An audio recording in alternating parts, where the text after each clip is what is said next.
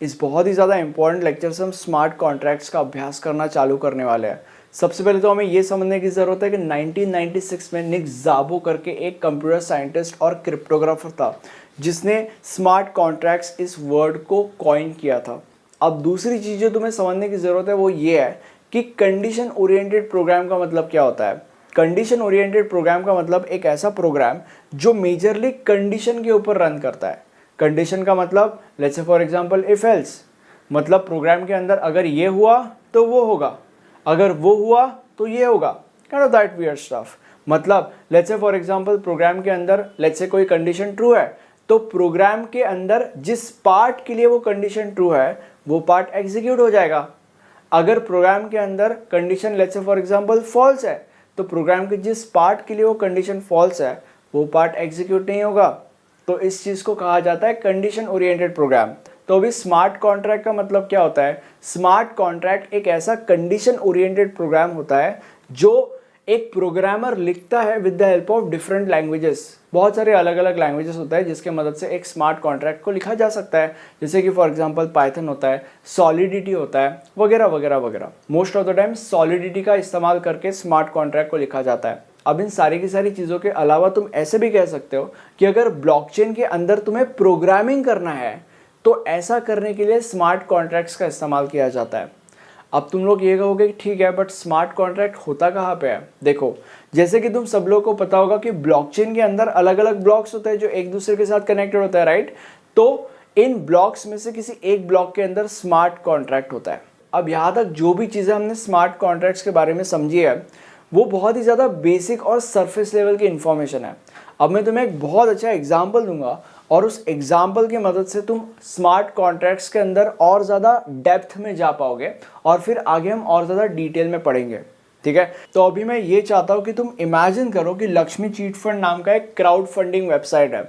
अब crowd funding website क्या होता है ये मैं तुम्हें बाद में बताऊंगा, या तुम ये खुद ब खुद ही समझ जाओगे, ठीक है। तो बेसिकली ये है, और एंड्रयू टेट नाम का एक ऐसा इंसान है जो अपनी टीम के साथ एक बिजनेस शुरू करना चाहता है। पर यहाँ पे प्रॉब्लम ये है कि एंड्रयू के पास बिजनेस शुरू करने के लिए पैसे नहीं होते। अब इसीलिए एंड्रयू ना लक्ष्मी चीट फंड को कांटेक्ट करता है और कांटेक्ट करके वो अपने प्रॉब्लम के बारे में बताता है कि भाई मेरे पास पैसे नहीं है। तो अभी लक्ष्मी चीट फंड क्योंकि एक क्राउड फंडिंग वेबसाइट होती है इसीलिए इसको कुछ ऐसे लोग पता होते हैं जो पैसे डोनेट कर सकते हैं किसी बिजनेस को जो चालू होने वाला है। तो ये जो वेबसाइट है वो इन लोगों को कांटेक्ट करती है और इनसे कुछ पैसे लेती है अपने पास। अब यहाँ पे लक्ष्मी चीट फंड की रिस्पॉन्सिबिलिटी क्या है। लक्ष्मी चीट फंड की रिस्पॉन्सिबिलिटी ये है कि एंड्रयू को बिजनेस को चालू करने के लिए जितने पैसे चाहिए उतने पैसे उसको देना, और जैसे जैसे एंड्रयू और उसकी टीम अपने बिजनेस में आगे जाते जाएगी और सर्टन माइलस्टोन्स पार करती जाएगी वैसे वैसे एंड्रयू को उन टाइम पे उतने उतने पैसे प्रोवाइड करना, ये इसकी रिस्पॉन्सिबिलिटी है, राइट। और इसकी रिस्पॉन्सिबिलिटी ये भी है कि अगर सपोज फ्यूचर में एंड्रयू ये डिसाइड करता है कि भाई मुझे अपना बिजनेस बंद करना है, मुझे नहीं करना अपना बिजनेस, पूरा का पूरा बिजनेस ही बंद कर देना है, अगर एंड्रयू ये डिसाइड करता है तो जितने भी बचे कुचे पैसे हैं वो सारे के सारे बचे कुचे पैसे इन लोगों को अपने अपने वापस दे देना, ये भी इसकी रिस्पॉन्सिबिलिटी है। तो अभी यहाँ पे अगर तुमने ऊपर ऊपर से देखा तो दो बहुत बड़े प्रॉब्लम्स है। सबसे पहला प्रॉब्लम ये है कि एंड्रयू और ये जो लोग हैं ये लक्ष्मी चीट फंड के ऊपर बहुत ज़्यादा ट्रस्ट करते हैं। एंड्रयू ये चाहता है कि सही समय पे उसको उसके पैसे मिल जाए और बिजनेस वाले चाहते हैं कि उनका जो पैसा है वो सही हाथ में जाए। और इस रिस्पॉन्सिबिलिटी को फुलफिल करने के लिए या इन सब कामों को करने के लिए, जो भी काम मैंने अभी तुम लोग को बताए, इन कामों को करने के लिए या रिस्पॉन्सिबिलिटीज़ को फुलफिल करने के लिए ये जो लक्ष्मी चीट फंड है ये कुछ कमीशन लेता है। मतलब फॉर एग्जांपल अगर सपोज ये लोग एंड्रयू को अगर 100 करोड़ रुपए देने वाले हैं तो 1% कमीशन लक्ष्मी चीट फंड खाएगा। 1 करोड़ लक्ष्मी चीट फंड को मिलेंगे, वो 1 करोड़ लेगा ये सब काम करने के लिए, राइट। तो basically there is a middle man, ये सबसे पहला प्रॉब्लम है। और दूसरा बहुत बड़ा प्रॉब्लम ये है कि लक्ष्मी चीट फंड कोई फ्रॉड या फिर कोई हेरा फेरी भी कर सकता है, राइट। इसीलिए हमारे पिक्चर में आता है smart contract as a hero, right. Smart contract इस चीज़ को बहुत ही ज़्यादा सक्सेसफुली रिप्लेस कर सकता है और इसके बहुत सारे फायदे हैं। अब वो कैसे, मैं तुम लोग को बताता हूँ, अब एकदम ध्यान से सुनना मैं तुम्हें क्या कहने की कोशिश कर रहा हूँ। देखो, एक तरफ एंड्रयू और उसकी टीम होगी और दूसरी तरफ पैसा देने वाले लोग होंगे, राइट। तो अभी क्या होगा, अभी इन दोनों पार्टीज को कंसिडर करके एक कॉन्ट्रैक्ट लिखा जाएगा या एक कॉन्ट्रैक्ट प्रोग्राम किया जाएगा। लिखा जाएगा मतलब basically with the help of programming language उस कॉन्ट्रैक्ट को लिखा जाता है, ठीक है। अब कॉन्ट्रैक्ट जब बनता है, उस कॉन्ट्रैक्ट की जो कॉपी है, ये कॉपी जितने भी मेंबर्स इन्वॉल्व है उन सारे के सारे मेंबर्स के पास एक एक कॉपी होती है उस कॉन्ट्रैक्ट की। मतलब अगर सपोज कॉन्ट्रैक्ट बना है तो कॉन्ट्रैक्ट की जो कॉपी इसके पास होगी वही कॉपी इसके पास होगी, वही कॉपी इसके पास होगी, वही कॉपी इसके पास होगी, वही कॉपी इसके पास होगी, वही कॉपी इसके पास होगी, ऐसे। और ऐसा क्यों? ऐसा इसीलिए क्योंकि मैंने तुम लोग को पहले ही बोला था कि ब्लॉकचेन के अंदर अलग अलग ब्लॉक्स होते हैं जो एक दूसरे के साथ कनेक्टेड होते हैं, और उन ब्लॉक्स में से एक ब्लॉक के अंदर या एक पर्टिकुलर ब्लॉक के अंदर स्मार्ट कॉन्ट्रैक्ट होता है, राइट। और ये तुम लोग को बहुत पहले से पता हुआ होगा, या ये मैं बहुत पहले से बताते आ रहा हूँ कि ब्लॉकचेन नेटवर्क के अंदर जितने भी लोग होते हैं या जितने भी नोड्स होता है, हर एक मेंबर के पास एक एक ब्लॉकचेन की कॉपी होती है। तो अगर हर एक मेंबर के पास एक एक ब्लॉकचेन की कॉपी होगी तो ऑब्वियसली हर एक मेंबर के पास स्मार्ट कॉन्ट्रैक्ट की भी एक एक कॉपी होगी ना, क्योंकि ब्लॉकचेन के अंदर ही तो स्मार्ट कॉन्ट्रैक्ट होता है, राइट। तो इसीलिए ये जो कॉन्ट्रैक्ट बनता है, इस कॉन्ट्रैक्ट की कॉपी या इस कॉन्ट्रैक्ट की एक एक कॉपी हर एक मेंबर के पास होती है। अब इसका फ़ायदा क्या है? इसका फ़ायदा ये है कि फ्रॉड नहीं हो सकता या फ्रॉड होने के चांसेस बहुत कम है। और ऐसा क्यों?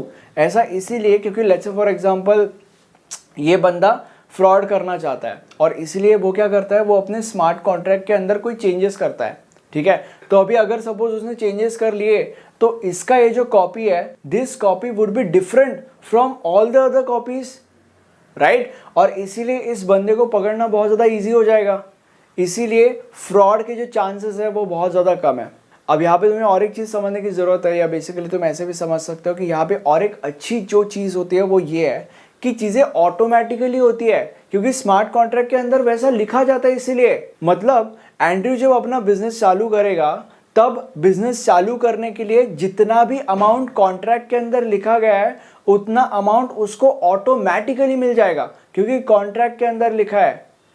बिजनेस चालू करने के बाद जब जब वो एक पर्टिकुलर माइलस्टोन कंप्लीट करता जाता है तब तब उसको जितने भी पैसे कॉन्ट्रैक्ट के अंदर लिखे गए हैं, क्योंकि कि इस माइलस्टोन पे इसको इतने पैसे मिलने चाहिए, इस माइलस्टोन पे उसको इतने पैसे मिलने चाहिए, तो तब उन माइलस्टोन्स पे उसको उतना पैसा ऑटोमेटिकली मिलता जाएगा, क्योंकि कॉन्ट्रैक्ट के अंदर लिखा गया है, राइट। और अगर एंड्रयू ने ये डिसाइड किया कुछ समय के बाद, भाई मुझे बिजनेस करना ही नहीं है, मैं मेरा बिजनेस पूरा का पूरा बंद करना चाहता हूँ, तो इस सिचुएशन में जितने भी पैसे कॉन्ट्रैक्ट के अंदर लिखे गए हैं उतने पैसे इन लोगों को अपने अपने वापस मिल जाएंगे, क्योंकि कॉन्ट्रैक्ट के अंदर लिखा गया है।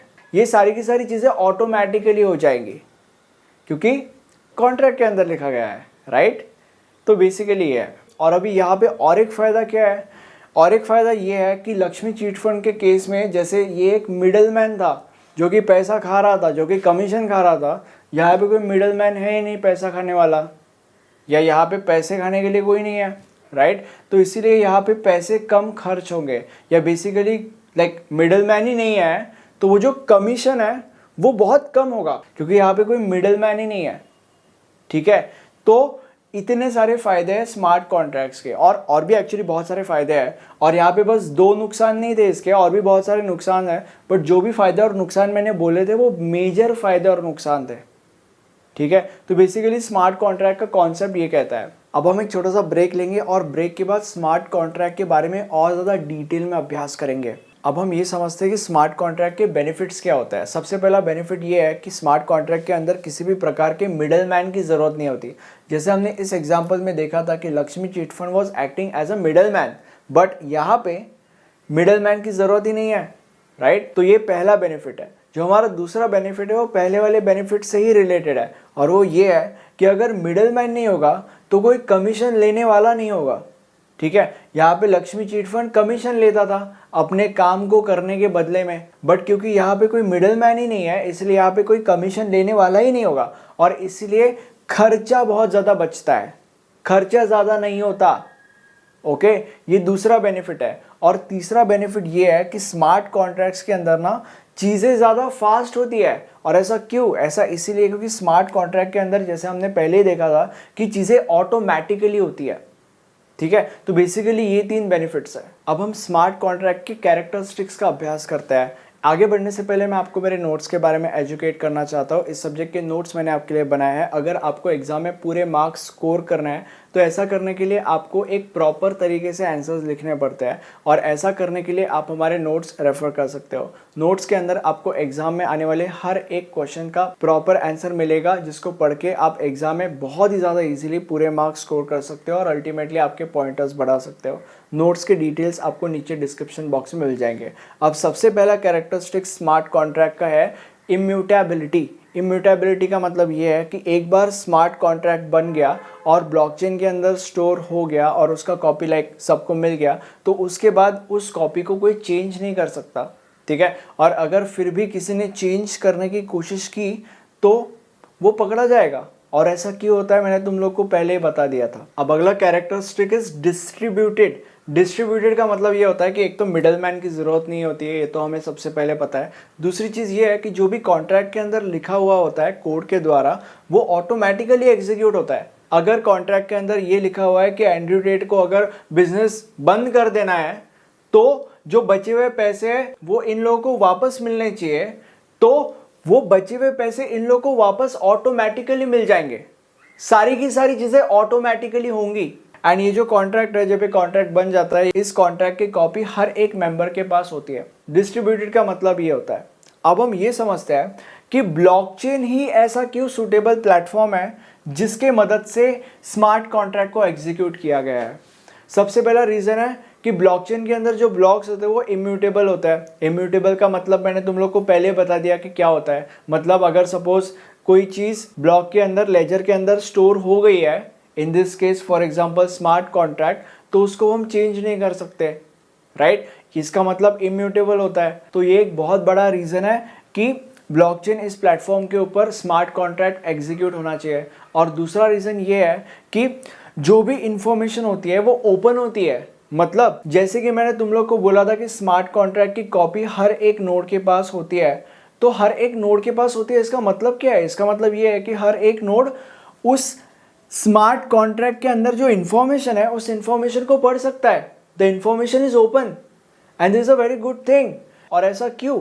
ऐसा इसीलिए क्योंकि लेट्स से फॉर एग्जांपल अभी एंड्रयू के टीम में से एक बंदा बोलता है कि आज हमारा ये माइलस्टोन हुआ और इसीलिए हमें इतने पैसे मिलने चाहिए। अगर उसने ये बोला, ठीक है, बट अगर स्मार्ट कॉन्ट्रैक्ट के अंदर लिखा ही नहीं है तो, और बाकी के लोगों को कैसा पता चलेगा कि स्मार्ट कॉन्ट्रैक्ट के अंदर ये चीज़ लिखी नहीं है? उनके पास, क्योंकि स्मार्ट कॉन्ट्रैक्ट के अंदर जो भी इंफॉर्मेशन है उस इंफॉर्मेशन का एक्सेस है, वो लोग उस इंफॉर्मेशन को पढ़ सकते हैं जिसके अंदर लिखा है कि अगर ये माइलस्टोन कंप्लीट हुआ तो उसको इतने पैसे मिलने चाहिए बिजनेस वालों को। ठीक है, तो इसीलिए जो इंफॉर्मेशन होती है वो सबके लिए ओपन होती है, सबके लिए अवेलेबल होती है। And there is a very plus, very positive point कि क्यों ब्लॉकचेन इस प्लेटफॉर्म का इस्तेमाल करके स्मार्ट कॉन्ट्रैक्ट को यूज किया जाना चाहिए। ठीक है, अब ये हमारा प्लेलिस्ट है। इस प्लेलिस्ट के अंदर आपको इस सब्जेक्ट के सारे लेक्चर्स मिल जाएंगे। This was the end of this video. Thank you so much.